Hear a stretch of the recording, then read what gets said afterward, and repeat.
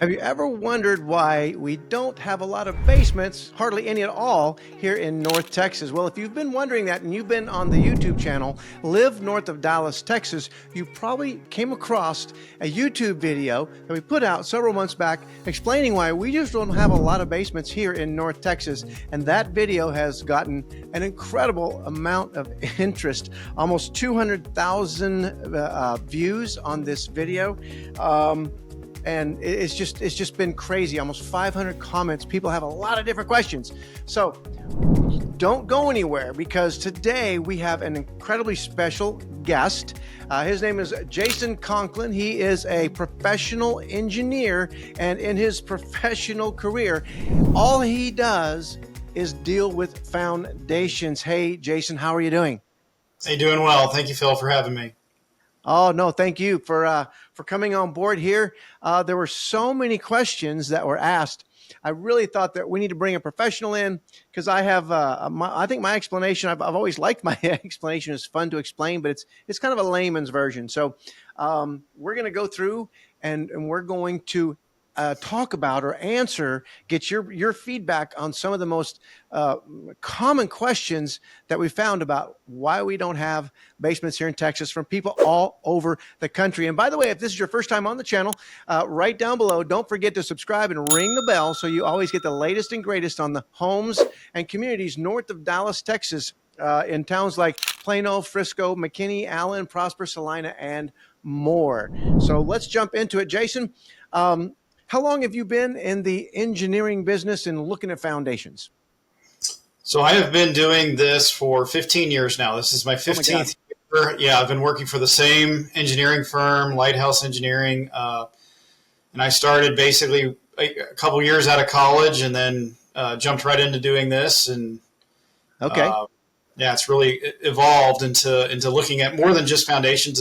It's structural, it's forensics, it's tornado damage, fire damage, flood, all sorts of different projects. But foundations really are the base, pun intended, for everything that we do and look at.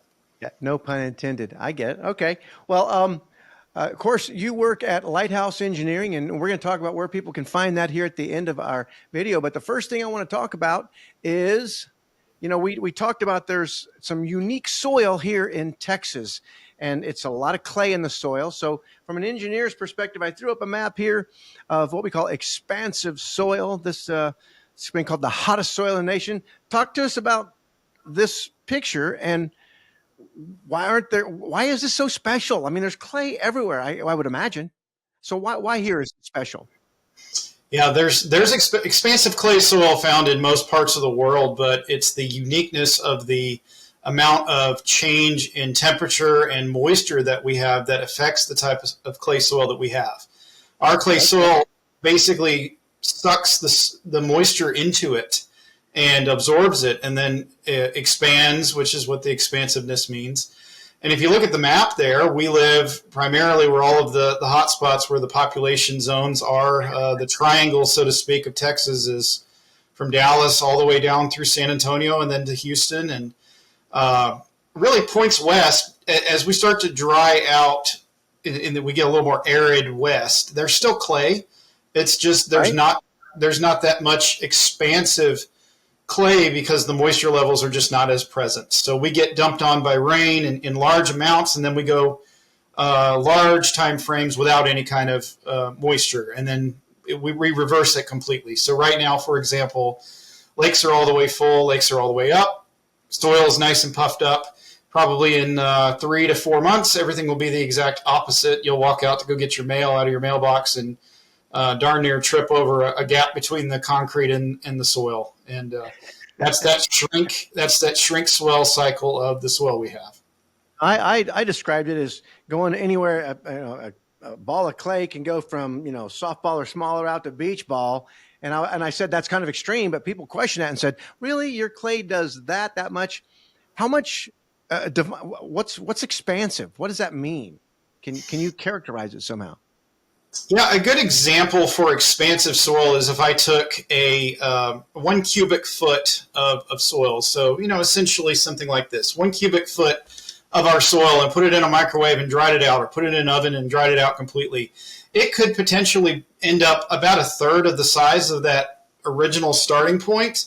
And if that original starting point started out fully full of moisture, then yeah, it could definitely shrink about that much. If it was just clay soil on any given day without full moisture level, but it was still 1 cubic foot, it could Right. expand. It could expand almost 3 to 4 times that, given moisture added to it. So there's a term called the potential vertical rise of soil. PVR. Yep. PVR. So PVR is just a technical term of that potential for that soil expansiveness. There's some areas, for instance, in the Dallas-Fort Worth area, that PVR can be as great as 6 inches of potential vertical rise. That's just change from, I've seen that before. yeah, from virtually nothing in the summer until we get a ton of rain, and it could be six inches of that potential vertical rise. That's part of Las Colinas, as we all know and kind of have heard about. Right. Anywhere that was or is close to the Trinity River Basin, we get a lot of that potential for expansive clay. So And when we say expansive like that, let's bring it into the topic of basements. So why don't we have basements here? I attribute it to the soil, but I also say that if you got enough money, you can have anything you want. So how do can. we come out with so many tens of thousands of production homes here made? No basement. What is that all about? They are. That's what it comes down to. Is they are expensive to build. So you essentially have to plan on digging a hole and keeping it dry for an extended period of time in order to build it. And we have a fairly shallow water table just hiding basically underneath the surface of our soil here. And by shallow, it could be 4, 5, 10 feet deep, but that's fairly shallow. And if you're building a basement, your typical basement has to be dug about 10 feet deep in order to get an 8-foot tall ceiling for your room. So essentially, you're going to penetrate that water table, and that water table is just going to act like a constant flow of water. So you're battling that. And then if you do get your basement built, your walls essentially have to be 1 foot to 18 inches, maybe 24 inches even thick, and then they have to be waterproofed on the exterior. And a lot of times we have to have special drains behind it with sump pumps to kind of continually get rid of that water. And even then, water somehow manages to make its way through. And basements are just such a rarity here. They're found commonly in older homes, older structures. I'll come across them in parts of Dallas, Highland Park, University Park, some of those areas, but they'll typically be a little one-room cellar. And they were used for storing meats. They were used for storing vegetables and meats, and they might have mechanical equipment in them, but they're typically not finished, and they will have a sump pump right in the middle usually. And even those walls will be super thick, and they'll have cracks in them. So they're just not commonly. It seems like you talked about a volume of clay or dirt that's a cubic foot, right? Mm-hmm. And that can 3 times as big and then shrink down really small. So it would seem to me that if you're going to build a basement, you would have to have some sort of gap of air or something to let that stuff go back and forth. So the walls of your basement would almost be freestanding or in some sort of compressible material. Because if the dirt's doing this number, I mean, I don't know how they would do it. I guess that's why they don't do a lot of it. Right. Yeah. Void boxes are a common type of they're basically cardboard boxes that are designed to be crushed as the soil expands, and then when it contracts, of course, you don't have to worry about that near as much. But we typically will place those under slabs and not up against basement walls. Okay. Basement walls basically act like stem walls, where they're just freestanding walls. But they have to be able to resist that soil pressure up against them. So that's you just mentioned some things that were in the comments. Some people talked about cardboard boxes. Some people talked about just doing a different sort of soil backfill once you dig out all the clay. There was floating slabs. There was all kinds of things that were thrown out there. But for the most part, a lot of people are going, oh, well, you're just cheap. You know, you just don't want to do that. And I thought, well, There's about 1.1 million people in Collin County alone here north of Dallas, Texas, and if our slabs were cheap and didn't last, we wouldn't have a lot of houses. So they figured it out, I think, for the most part. I know it seems like from about 2000, 2005 on, maybe right in there, because I see a lot of 60s, 70s, especially 60s and 70s homes, major issues. And they used rebar, and then they've gone to post tension. Now, I've built about 90 homes in the past 4 years myself, and we used all rebar, reinforced. We didn't use post tension because we didn't have that, what do you call it, that expertise on staff, right? But we researched out the deal or the difference between the two. And I know what I found when I researched it out. And so we didn't have a problem doing rebar. But what's the big difference between in performance? Now, there is in the way you build them, there's a big difference between rebar, reinforced, and a post tension slab. But what is the difference in performance over time between the two? Is there any proven performance differences? In the given the 20 to 30,000 houses that I've inspected in 15 years, I really have to honestly say I've recommended foundation repair on just about as many post tension slabs as I have rebar. We really have to back up because when this area was settled in the 1800s, we basically had post and beam type homes, which was essentially a mobile home. Right. It wasn't made to move, but it's just a structure set on top of blocks. As we've evolved, we've gone through right after World War II. We started developing what's known as a regular pier and beam or typical pier and beam with a concrete wall, perimeter wall, and then concrete piers coming up out of the ground on top of footings, and then with beam stringers and joists up above, and then a subfloor. You've got some kind of pictures there, and really right up until about the mid 50s, we built pier and beams. Builders had perfected the pier and beam in the mid 50s, and then somebody came up with the idea of, hey, we're using a lot of wood to build these for all the floor structure and the subfloor.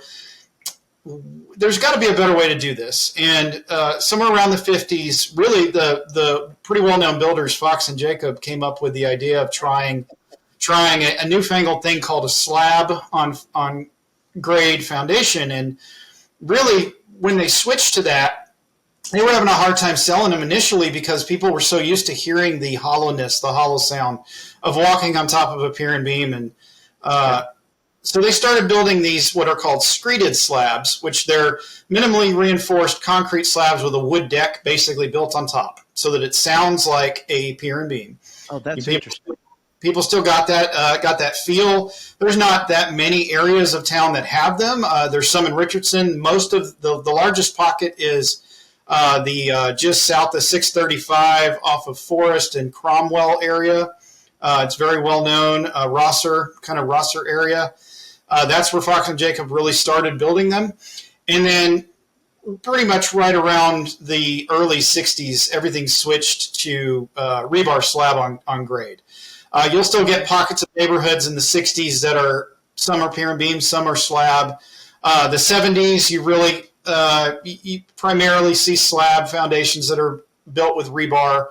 But really, towards the mid to late 70s is when the post-tensioning idea came around.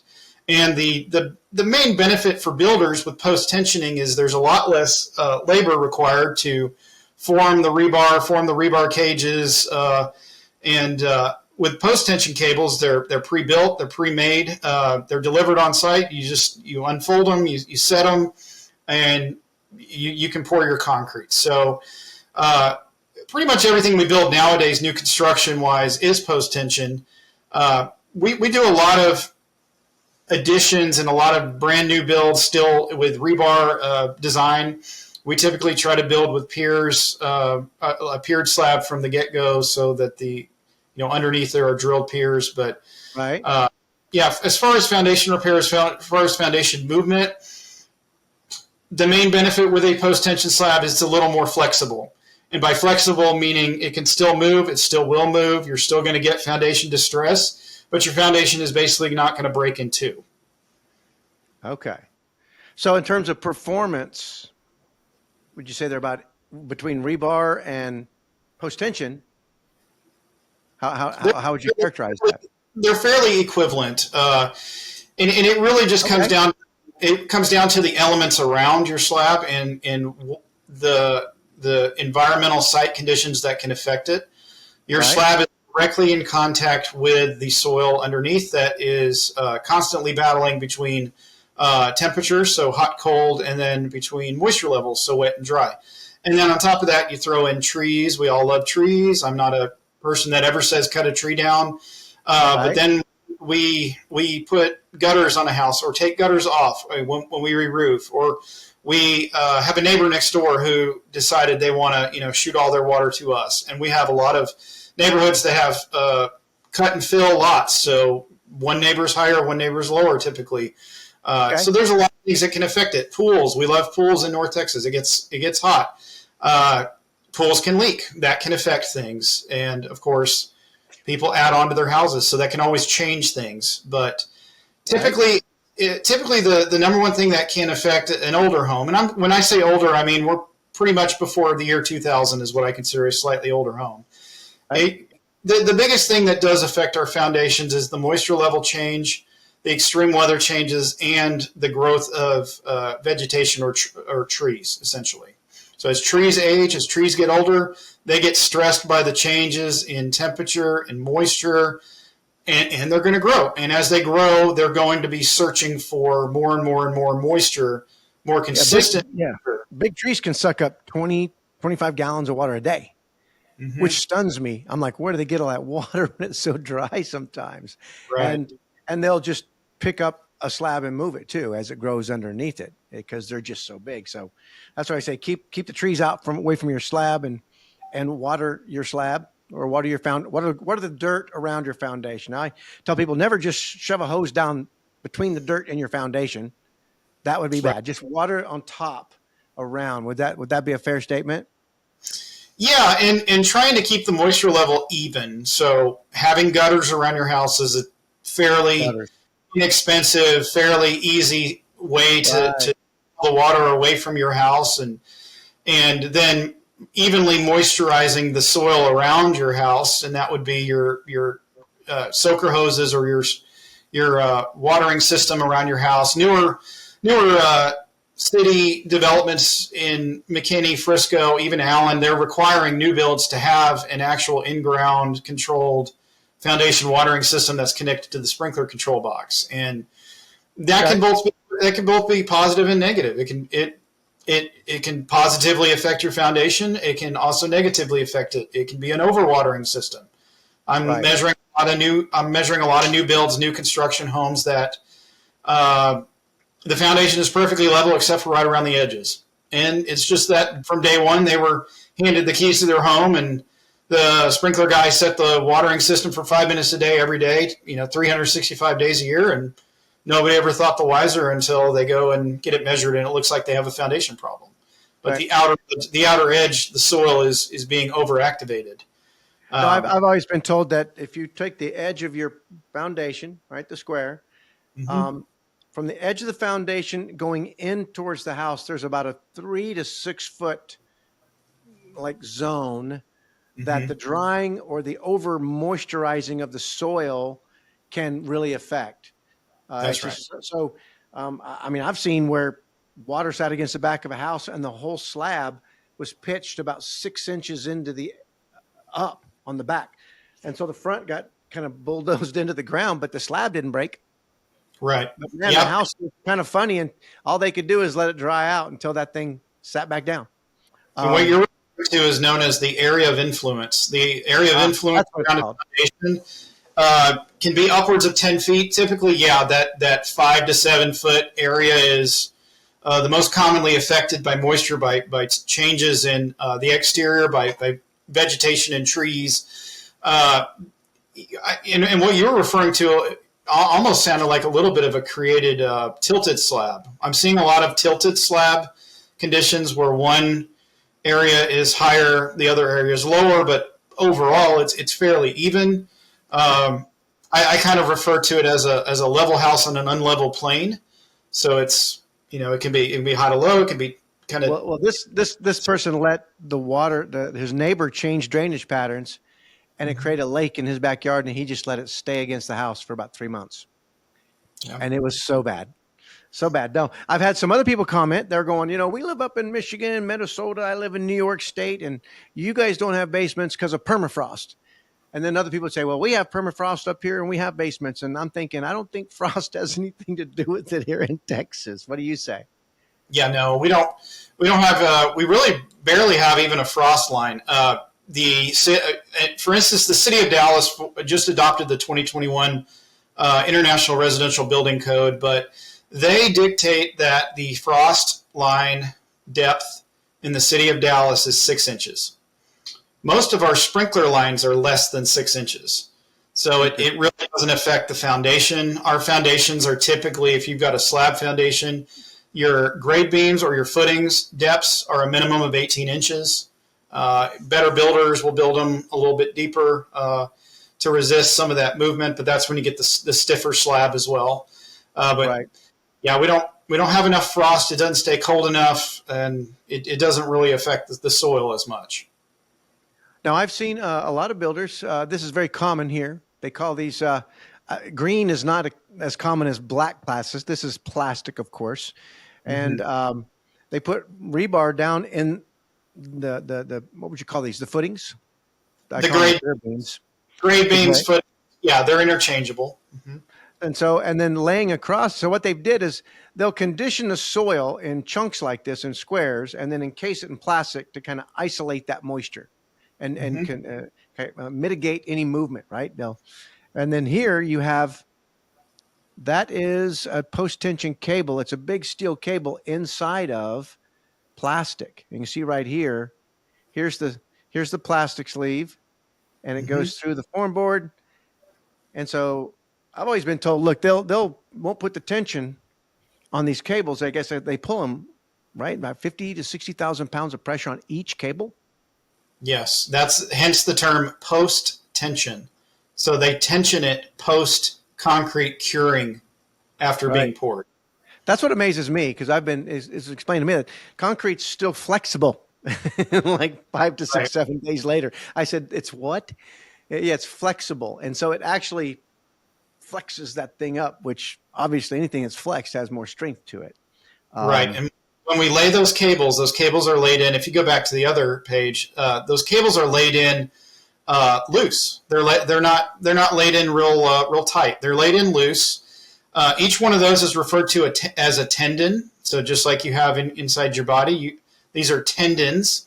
They're typically 4 to 5 foot spacing, and what you see there is what we call a typical waffle slab. So just like a waffle with ridges, if you were to pour this with concrete, pick it up, lift it upside down, you would see the ridges would be exposed, and so that's what we call a waffle slab. And right. what you see there also is the form boards for on the left hand side what's going to be probably a patio, and on the or a garage, and then on the right hand side Gosh. is the brick ledge. The brick ledge is a flat laid 2x6. That is where the edge of the brick will be sitting. Okay. But the yeah, but the darker areas are the footings or grade beams. Grade's just a fancy word we use for soil level. But Okay. yeah, that vapor barrier is there for a reason to prevent moisture from coming up or wicking up through the soil and into your foundation. All right. Perfect. Now Mm-hmm. you mentioned let's wrap up here by talking about some things that people may want to ask if they're going for new construction. Right. I always like to ask, what is your standard? What kind of what is the policy of the company? What standard to PVR do you build to? I find most builders build to 5%, 4%. In terms of right, and I know of a builder that builds to 3.5, sometimes smaller. They just engineer that way. Mm-hmm. They're not good, not bad, right? Just one, you might say more peace of mind, right? And the probabilities of a foundation engineered to 3.5 versus 5 is a lot less likely to have damage and settling in the house. Mm-hmm. Would you agree with that? I do. It doesn't really reducing the amount of PVR is always the goal, but because of the soils that we have and the mass construction that we have with these tract home builders and neighborhoods, the developers that do these neighborhoods, they really don't ever condition the soil. It's just cutting the lots, and then it's up to the builder to do their due diligence, whatever they're going to do around. So designing the foundation stiffer or with deeper grade beams or wider grade beams or with more cables or more rebar or with piers from the get-go, these are really the only things we can try to do to try to reduce that PVR, unless you're really going to spend a lot of money and you're doing like a custom pad for your home. Commercial buildings, commercial properties, typically what they'll do is they'll come in and they will remove a large amount of the highly expansive soil and replace it with what's known as either select fill or a sand bed, essentially a sand bed, and they'll place it in lifts, what we call lifts, which are basically just thin layers of compacted material, compacted soil, compacted sand. Right. And then they'll come back and they'll drill the piers through that and put the foundation on top of that. And that helps to prevent the movement, because obviously if you're walking into your big box warehouse or hardware store and the store covers 150, 200,000 square feet, the last thing you want is that moving significantly, especially with the tight tolerances of the smooth concrete they have. Right. And what I found, especially for residential builders, developers they will actually implement core samples and have them done by a geotechnical surveying company. And they'll give the builders, here's some characteristics of the soil you're building on based on here's where we drilled these holes. Sometimes a builder will come in and do their own drill holes on the lots or the blocks they built. And some builders will virtually do almost a sampling on every lot and then have engineers design, right, to that soil sample. So I guess, would it be a fair statement to say that the more, whatever you're looking at, the more your builder is doing in concert with the other professionals, the guys that look at the dirt, the geotech guys like yourself, guys who look at foundations, or there are other engineers who actually design foundations. That's all they do. I guess the more a builder can explain to you the depth they went to get where they're going to be. Are they going to put some piers in? A lot of people, talked about piers. Those are expensive, but builders do them, especially custom builders, right? And those houses just don't move.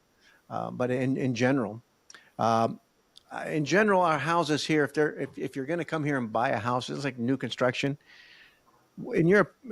Just based on what you see day to day, how do the newer homes built in the last 10 years hold up against those ones that are 30, 40 years old in terms of foundation? And what can a home builder do for maintenance, for peace of mind? Yeah, new construction is probably the most difficult to inspect, analyze, figure out what is affecting them, because with new construction, you have to take into account the land that you're building on. What did it used to be? Was it farmland? Was it tilled up? Did it have a lot of air in it? Was it just fallow land? Was it just land that was sitting there and the only time it ever got wet was when it rained? Now you've got 50 houses, 100 houses, 500 houses, and everybody's watering around them. And on top of that, you have a heavy foundation house supported atop it, sitting on top of what used to be just flat, vacant land. And then, like I mentioned, all of the different factors, drainage and vegetation, trees, neighbors, all that, and then temperature and moisture, of course, all that affects new construction. But typically when you build a new construction home, your builder will, upon delivery of the home, give you a typical builder warranty, which typically covers 10 years of foundation and structural issues.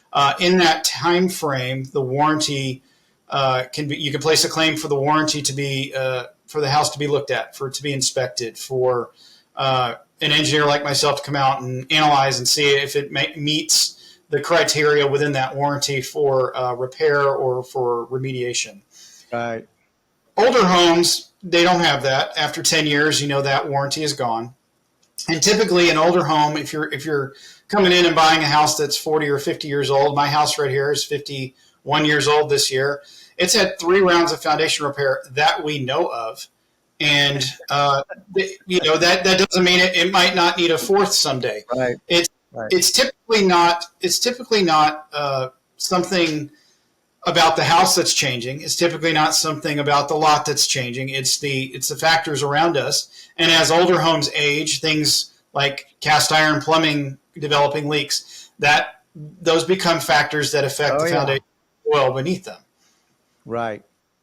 Well, you've just raised a whole bunch of points, and what I would tell the audience is not to be overly concerned, right? But just this is another one of the factors that we deal with our houses here. There are better times of the year to address any cosmetic issues than other times because things constantly move and they tend to move more in dry periods like January, February than they would. I'm talking inside your house, not the foundation. And these are just small little movements, right? Little, we call them Mm-hmm. settling marks or cracks. Better to address them back in June because you may not even see them again in June when we get some humidity. Um, I like what you said about, some builders will go back and check 70, 80, 90 years on topographic maps and see what used to be there. Some do, some don't. And so, if any of these issues concern you, that's something we can help ask. We know the questions to ask of the builder and kind of walk you through. We have a pretty good library of who does what, um, but in general, you're going to get post tension or rebar, whichever it is. You're going to get a warranty, and it's gonna do you well. Um, but if you, like I said, it's good to ask the questions and kind of know what's going on there for peace of mind, if that's something you're interested in. So, what I would like to do is, Jason, tell me, you work for Lighthouse Engineering, and you said you've worked there how long? This is my 15th year. Oh my goodness! And if they want to get a hold of you or Lighthouse, because all you guys do is inspecting foundations, anything happening, but you don't repair them. You're the guys that come in and assess and give you the technical information you need to say, do I really need to go here or go there with this foundation? Right? Yes. Yes, and one of the benefits, you can call a foundation repair company out; they'll come out for free, but they are coming out in a sales in a sales position. Right. You have called them, therefore they are assuming you have a problem because I think you're assuming that you have a problem, and they are going to come out and they're going to come out for free, but they're going to assess your house with a very biased opinion of what your foundation may or may not need. You're going to get a good handful of foundation repair folks that are going to come out and shoot you straight, and they may say, "Hey, we don't see any need for anything," but the majority of them are sales position people, and they're going to say, "Okay, we think you need X for fixing your foundation." I come out to a lot of people's houses, and they have 4 or 5 different repair company estimates, and they're all different. So which one? Who do you trust? More and more people are calling engineers on the front end to like Lighthouse Engineering to come out, look at your foundation, analyze things up front, and we look at all the other factors that may not be taken into account by the repair guys. And most of the time, if you're going to need work, you're going to have an engineer anyways, an engineer to stamp and seal and put together a report for a permit to be pulled for your house for whatever city you're in. So Right. typically, you're going to have an engineer come out no matter what. If you go the foundation repair route and have them, you sign their paperwork and you go through their system, they're going to have an engineer that they either have on staff or they pay to come out. We don't do that. We've done that in the past, but we don't do that anymore. We are simply working for whoever it is, buyer, seller, homeowner, Yeah. um, You do not property. have a conflict of interest because you're not going to try to repair something. You're just doing the technical assessment. I love Right. that. And you'll And do we can that. I don't know make, if somebody's buying a pre-owned home or a new home, you'll come and look at what's being done. that's right. Oh, Mm-hmm. okay. Very good. All right. I love it. Well, Jason, this has been very, very informative for me and interesting. And I hope we've answered a bunch of questions that a lot of people brought up about, the first video. And hopefully the second video is going to answer a lot of questions. And guys, if you have any question whatsoever about foundations or the condition of a foundation you currently own or that you're thinking of owning, call Jason Conklin again right here. Here's the phone number. His phone number is 214-577-1077. I know in our residential sales here, I have called Lighthouse Engineering many times over the past decade. As a matter of fact, but Jason, I know that you don't remember me, but I've used your company many times on behalf of my clients to come and just check it out. And like you said, what's interesting is a lot of times it's like, well, there's really nothing wrong. Okay. Or sometimes, there is, and hopefully you're going to catch it early. So, don't hesitate to get a hold of Jason. And also, if you're thinking about buying or selling a home and you're here on this channel just trying to figure out, is there a home for you that's affordable, that will give you the quality of life, the lifestyle that you're looking for? You're like a lot of other people who are looking. And over the past decade, we have helped and led many buyers and sellers through the home selling, home buying process. And help them to move with confidence. And so, if you would like to move with confidence too, shoot us a text, send us an email, give us a phone call. Better yet, right down below, schedule a Zoom call. That's one of our favorite. And below that, there's some free resources based on today's topic and other ones. Knock yourself out on those, but schedule a Zoom call and let's talk, because we would love to help you move with confidence too. So this is Phil Martin with the Martin Home Team and eXp Realty, doing everything residential real estate in the towns and cities north of Dallas, Texas, saying thanks for joining us and hope you have a great day. Thanks again, Jason. You're very welcome. Thank you, Phil. Take care.